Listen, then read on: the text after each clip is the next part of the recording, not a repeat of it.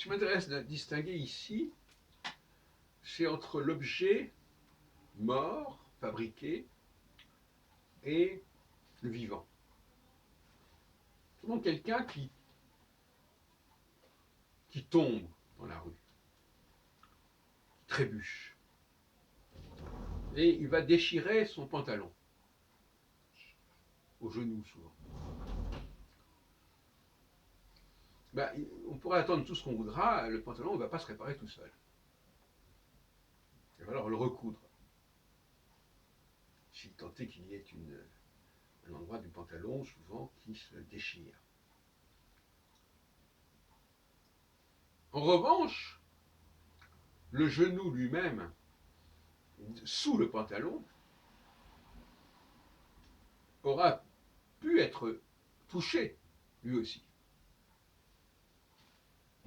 Alors, bien entendu, si un membre est cassé, il va falloir intervenir lourdement, si on peut dire. Mais une égratignure, comme par exemple un enfant qui tombe d'un vélo, on peut lui mettre du mercurochrome éventuellement. Mais une égratignure, elle va se résoudre d'elle-même, cette égratignure. Le corps va prendre le relais et va faire en sorte que l'égratignure s'estompe petit à petit. Il va y avoir une croûte éventuellement, et puis après cette croûte va tomber, etc. etc. Vous voyez la différence entre un même endroit du corps qui est touché à deux niveaux, au niveau du pantalon, si tant est que, bon, on ne parle pas des enfants aux culottes courtes, au niveau du pantalon et au niveau du genou lui-même.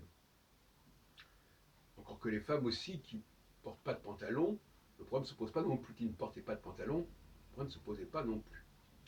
Donc quelque part, le pantalon, c'est un luxe par rapport à la jupe, parce que le pantalon peut s'abîmer plus facilement et plus durablement que le corps, que le genou. Passons sur ces considérations économiques qui valent ce qu'elles valent. Donc par conséquent, avec le temps, le genou va se guérir, s'auto-guérir, si on peut dire, s'il n'y a pas d'infection particulière. Bon, hein. Alors que le pantalon, lui, il va rester comme il est, sauf à intervenir, à réparer,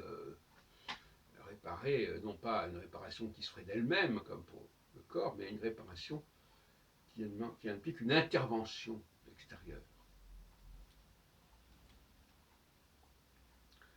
Ça, c'est un premier point. Le deuxième point, c'est le problème, le facteur du temps, le facteur temps.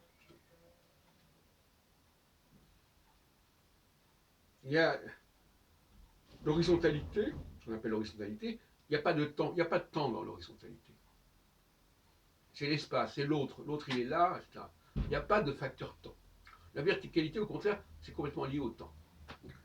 C'est doublement lié au temps, c'est lié au temps parce que la légitimité de la verticalité, c'est-à-dire du pouvoir, c'est parce qu'il y a une lignée, il y a un lignage, il y a une dynastie, quelque chose qui s'est perpétué à travers le temps.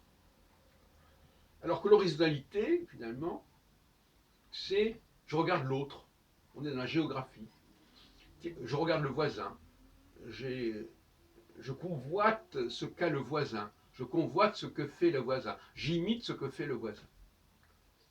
Je veux ce que le voisin a déjà. Alors que la temporalité, c'est je veux quelque chose qui n'est peut-être pas encore là, qui n'est peut-être pas encore advenu. Pas du tout la même chose. Donc, les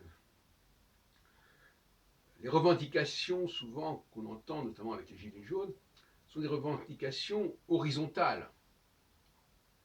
On parlera de partage. Je veux ce que les autres ont déjà. Alors que le chercheur, lui, il cherche quelque chose qui n'est pas encore là, qui est à trouver. Il est dans le futur, lui. Il est dans le temps.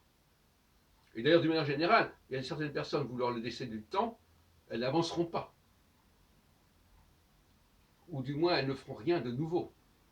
Alors que d'autres personnes, vous leur laissez du temps, eh bien, il va y avoir du nouveau qui va émerger. Oui, c'est très différent.